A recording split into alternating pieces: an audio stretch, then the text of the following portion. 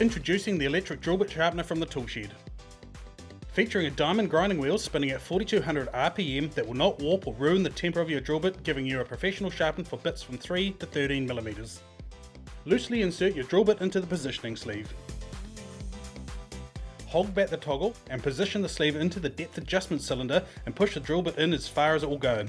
Release the toggle while rotating the drill bit so it grips the flutes of the drill bit firmly. Tighten the rear of the sleeve to hold the bit in position.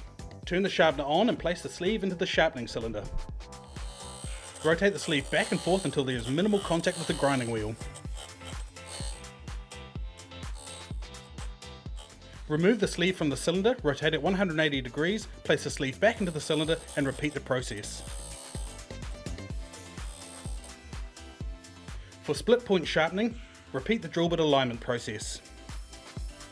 Place the sleeve with the drill down into the alignment post, rotate the sleeve back and forth until there is minimal contact with the grinding wheel. Remove the sleeve, rotate it 180 degrees and repeat the process.